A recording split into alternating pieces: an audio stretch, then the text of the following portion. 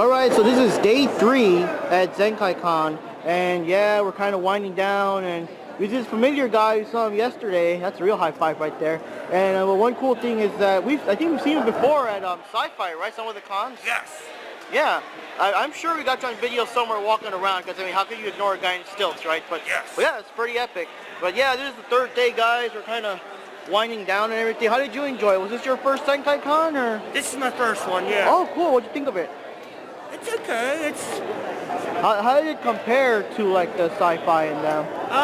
I'm not out in the convention floor on my stilts. I have to stay right here. Yeah, that's another thing. But any convention I go to, I can wear my stilts. Yeah. And I'm a professional stilt walker. Yeah, that's pretty cool. Yeah, dude, you were jumping around and running all over the place with the stilts, like geez, like amazing skill, man. That's supporting breast cancer. Yeah. Well, we hope to see you there, man. Whenever we can go. Yeah, buddy. Thanks. But yeah, like we said, guys, this is all winding down here, and I'm dressed a bit more casual. I'm sure I'll be in a picture somewhere. I'm Terry Bogart now, because of course with jeans I can carry stuff, and everyone's just chilling. There's the last panel or two we're gonna probably check out. We actually walked past Doug Walker and Rob Walker down the street, so I don't know if they're either catching a quick lunch or something, or if they're gonna do like a last panel, or if they're just plain done. I don't know. But yeah, so here we are, guys, the last of it. We're gonna see what else we can find, any cool cosplayers around, and yeah, so let's check that out.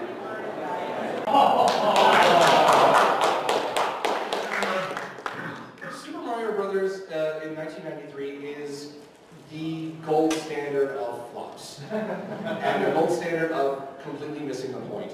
I could do an entire hour's worth just on this movie and how legendarily troubled this production was. The script that we got was the result of 5 different rewrites from 6 different producers and companies. And the film team that was responsible for this at the very end literally did not care. They actually went so far as to actively sabotage the project as much as possible. This is a bad example in terms of the overall scope, but it does provide us with some interesting features and flaws. And one in particular that I want to talk about extends to the whole practice as a whole. What I like to call adaptation pitfalls.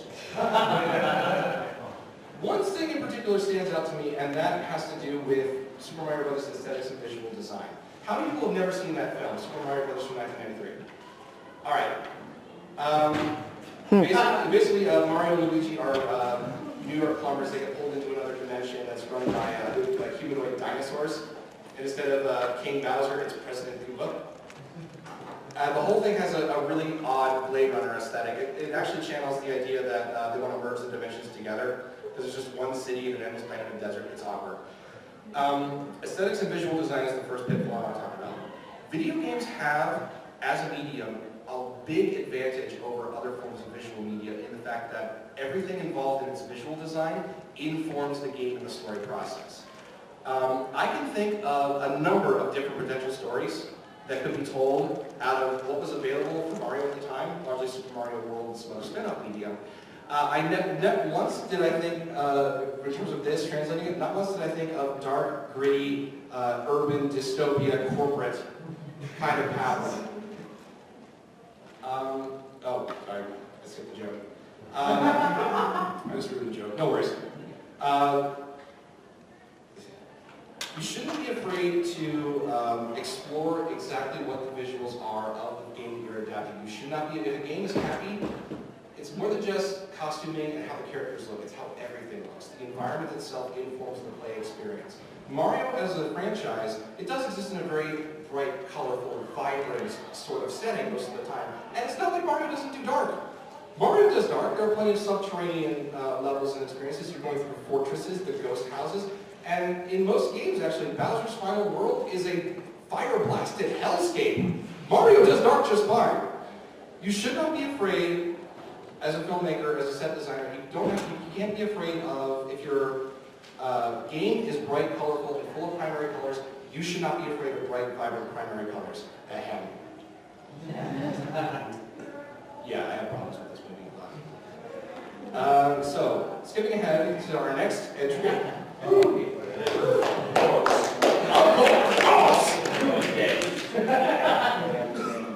I have so much love for this movie, honestly.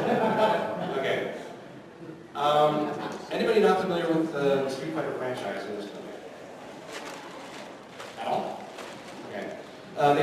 Fighter was essentially Street Fighter as a franchise is built around sort of the World Martial Arts Tournament.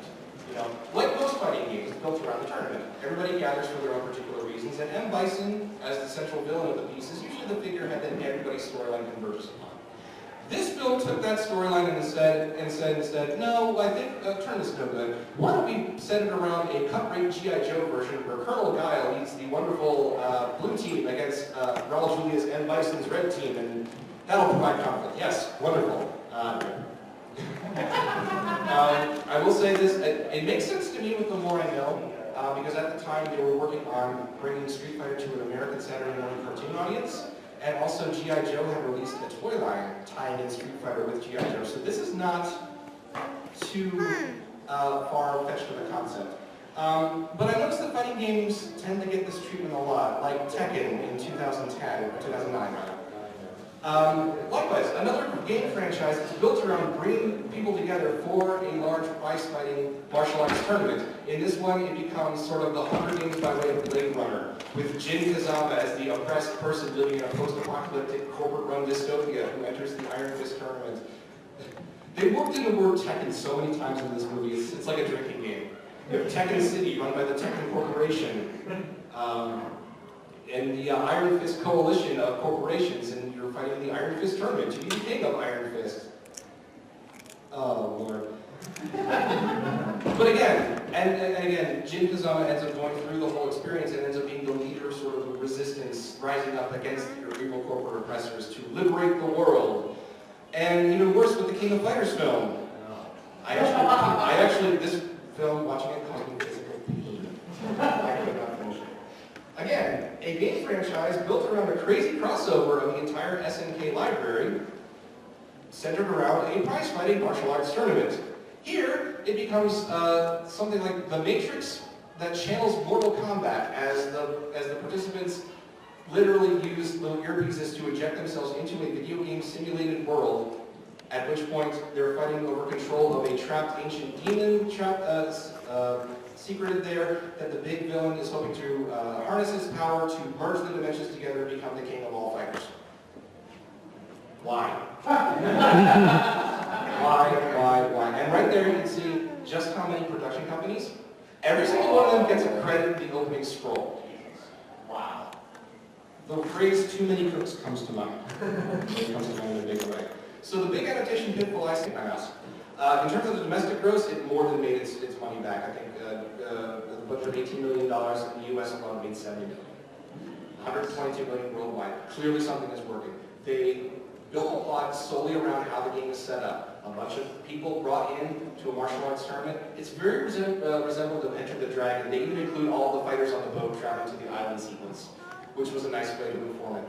However, it's not without its problems. If I were to ask most of you in here, when you think of Mortal Kombat, what do you think of? Baby. Blood and gore. Yep. Blood and gore, violence, fatalities, yes. This is what I think of. It complains. Ooh. Introducing the new Turbo Ginsu. It slices, it dices, even does french fries and weird mixes.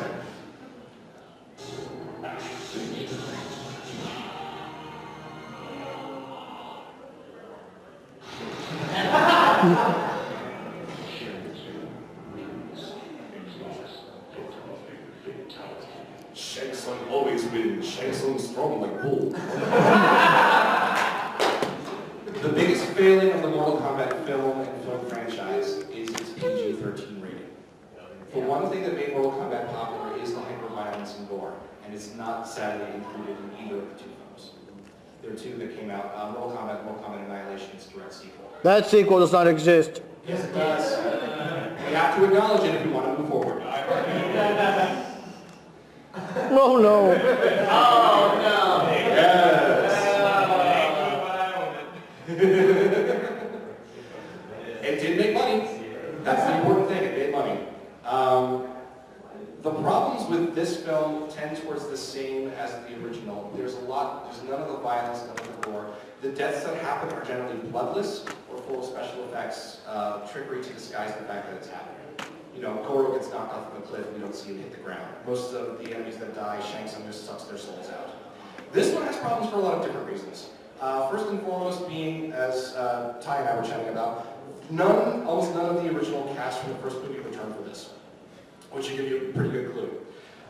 But at the time this came out, Mortal Kombat was going through sort of its frat boy party phase. I believe the game that was most recently out in the arcades at this point was Mortal Kombat 4. Mortal Kombat 4 was the time when they expanded their roster to its largest degree ever, and they included a bunch of other interesting stuff. Instead of the fatalities to end the match, now you got things like the babalities, where you turn yourself into a baby. You've got the animalities, where you transform into an animal and do something horrible. You've got the friendships. You've got so many different Easter eggs and things, and it's just a mess. And this movie tried to put as much of it in as possible. That is its big failing. Among many other things. Too much game in too little movie equals mess. This one's a personal favorite of mine. There's good news, everyone, in this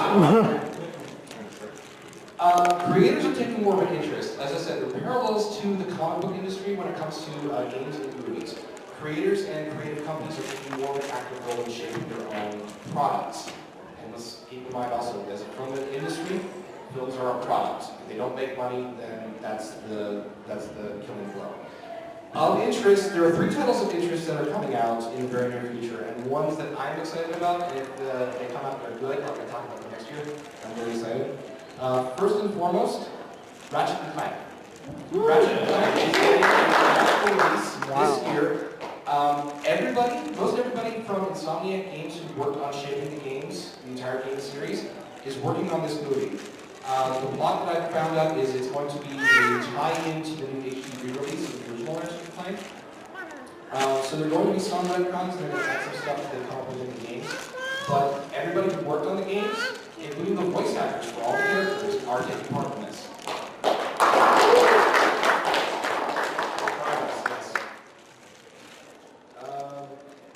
Also of interest, in 2016, we're looking at a brand new theatrical release for Warcraft.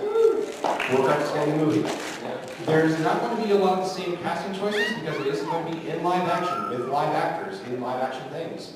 But one of the lead story people from Blizzard, Chris Benson, is the lead story writing credit on this script. So we'll see if he can fare better than Mr. Roberts with Wing Commander. I have a feeling that he can, and I'm really, really excited to see how they manage to put Clancy Brown in orc makeup. And also in 2016, another animated feature. It's animated again like Ratchet & Clank is, but it's still relevant because it's a creator-driven project. The same production company that's working on Ratchet & Clank, adapting it to a feature film length and distributing it, is working on Sly Cooper. And again, the creators of the games are all 100% behind this. All the voice actors from the games are voicing their characters again. So some fidelity between the game and the film experience should help us make a much more coherent, cohesive, and above all, welcoming plot to any of us who love either of these games that are on the screen right now. One of my favorite arcade games of all time. And I think I'm really onto something. I might be optioning an outline soon. We'll see. Mr. Bogart. Yeah. What do you think of the Tomb Raider movies? Do you think they did a good job? Could have done it better? Angelina Jolie was right for the part? Or? Okay, actually. Yeah, some movies that I think have come out that I think have worked really well, in spite of their critical or financial failings. Among those titles are, Tomb Raider is one of them, the first one. Largely because the first one didn't take itself very seriously. It was just a fun adventure romp with Angelina Jolie shooting guns in old ruins and caves, which is more or less what the core experience of it was. I thought it was really good. What failed was when Cradle of Light came about, they started doing a 180, including a lot more of the Illuminati stuff, dark conspiracies type things, and it just really started to, take itself way too seriously for what's supposed to be a fun romp. Yeah. The first one, though, is a lot of fun. The wingsuit sequence from the sequel was very necessary. Poor Gerard Butler. And I know I'm saying this, talking about Dead or Alive, it's a little too fan servicey. Dead or Alive, yes, it is built around extremely busty and very pretty girls in many ways, but at its core, it's still a very, very solid tournament-level fighting game.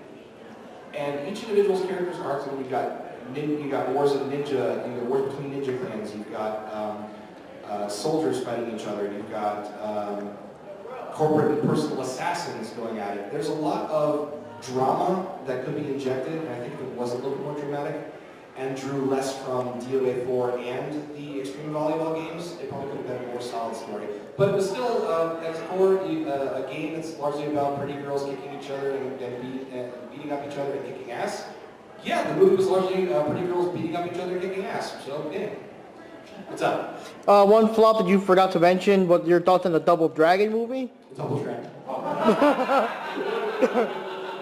Like, you purposely left that out. I think I know why. I'm sorry. I didn't leave it out. Well, I left it out because its flaws were addressed. I would address its flaws largely the same thing as Super Mario.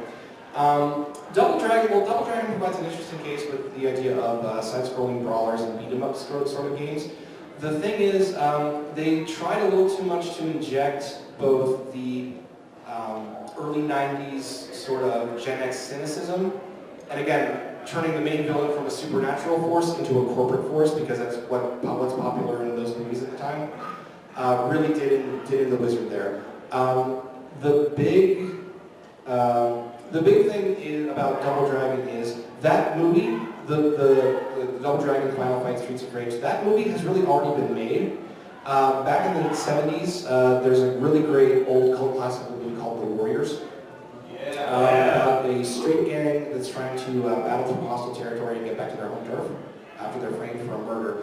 That film, its wandering nature, its constant threat of a fight around every corner, that film is the good template for which you would make a modern remake of Double Dragon or any other sort of storyline like that today, I think. That would be the better thing to draw on. Rather than trying to, again, fill in the blanks with what's popular in these films at the time.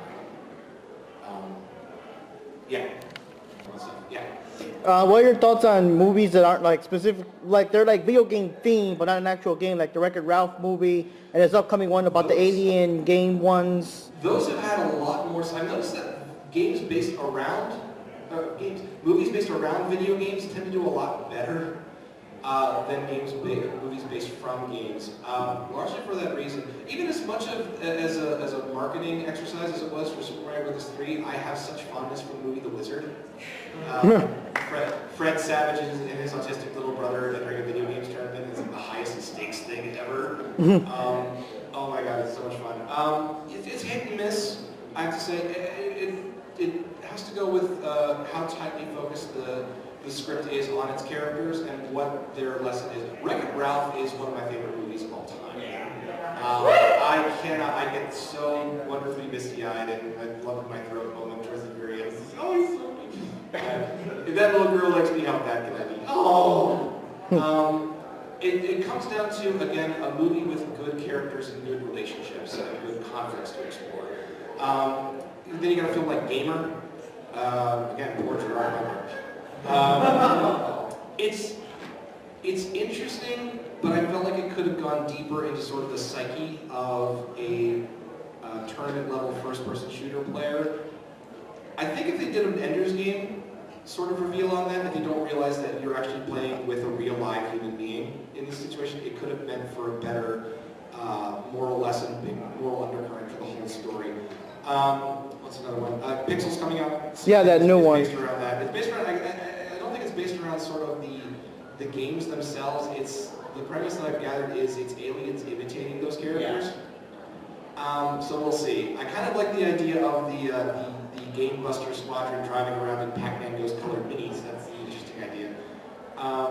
We'll see. I don't know. It's hit and miss in the same way that a lot of movies in general are hit and miss. There's no single formula, no matter how much Hollywood wants to try to find one.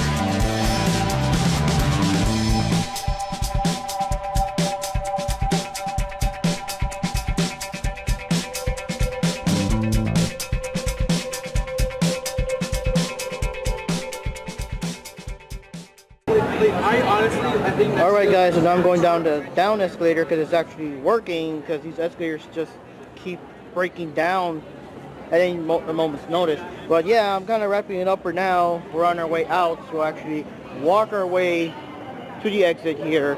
And I do have to apologize if most of this video was about that panel about adapting games into movies, but I mean, that was just a good panel. That was entertaining. That was probably one of the best panels I had.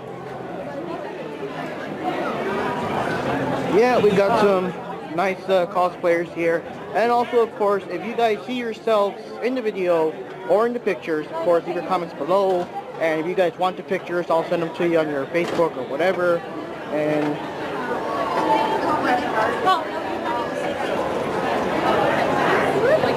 now, of course, it's time to go back to school, go back to work, go back to wherever you guys are from.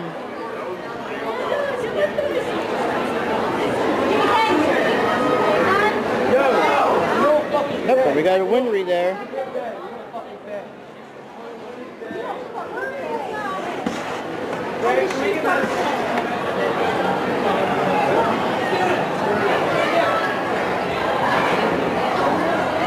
Alright, we're back in the main lobby here.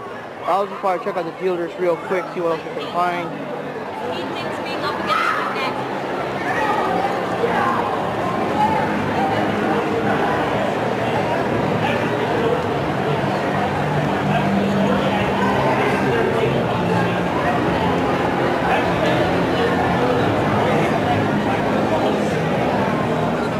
Yeah, we got people lugging out their suitcases because, yep, time to go.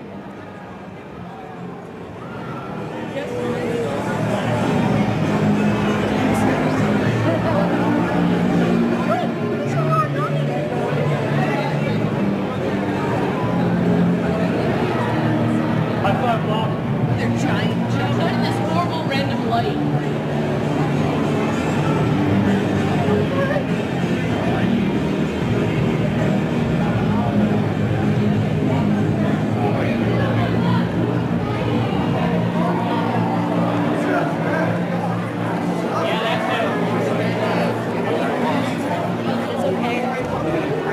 Decent, like expensive food. Oh, sorry. Sorry. A knot is not vegan. This way. Oh, thanks, dude. Here we are in the dealer's room, and oh god, we got Freddy Krueger in here now. Wait, is that Lobo? Oh jeez, we got Lobo here. We got Duke Nukem. I'm biting that booty! There are random people touching me, so I need to quickly go. But yeah, I think it wraps up this video. I'll just see if I can find any last item that catches my eye.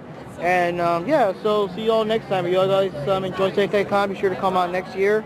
It's a pretty well organized con, actually, lots of fun. So yeah, see you all next time. Nice outfit. Okay, where is our group? Girls' arms.